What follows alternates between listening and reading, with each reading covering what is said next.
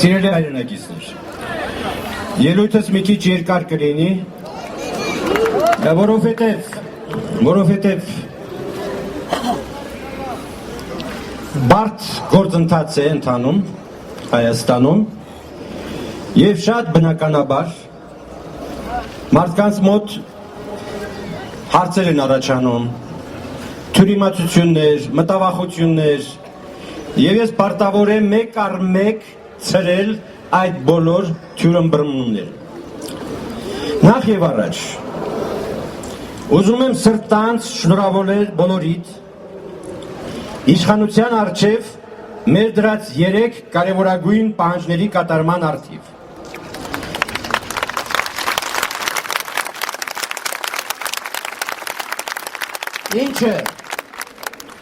Ինչը պետք է համարել համաժողովրդական եռամյա պայքարի մինչ այժմ արձանագրված ամենամեծ հաղթանակը։ Դա ոչ թե ընդդիմության, ոչ թե Հայազգային կոնգրեսի, այլ առաջին հերթին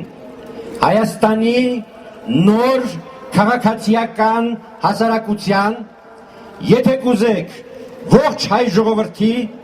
իսկ վերջին հաշվով մեր երկրի ու պետության հաղթանակն է։ Հաղթանակ, որի կերտման գործում իրենց լուման են ներդրել և համաժողովրդական շարժման նվիրյալները, և բազմաթիվ հասարակական կազմակերպություններ, և անկախ մամուլի ներկայացուցիչներ, և սոցիալական բողոքի տարերային ցույցերի հազարավոր մասնակիցներ։ Անշուշտ դրանում իրենց որոշակի դերն են խաղացել նաև վերջին շրջանում Հայաստանի իշխանությունների վրա միջազգային հանրության գործադրած ճնշումները, որոնց ազդեցությունը սակայն չպետք է չափազանցել, քանի որ նրանք տեղի չէին ունենա,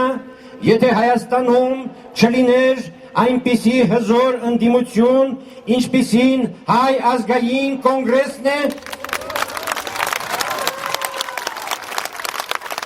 և եթե չլիներ վերջինիս գլխավորությամբ բռնապետության դեմ ծառացած ժողովրդի տևական պայքարը։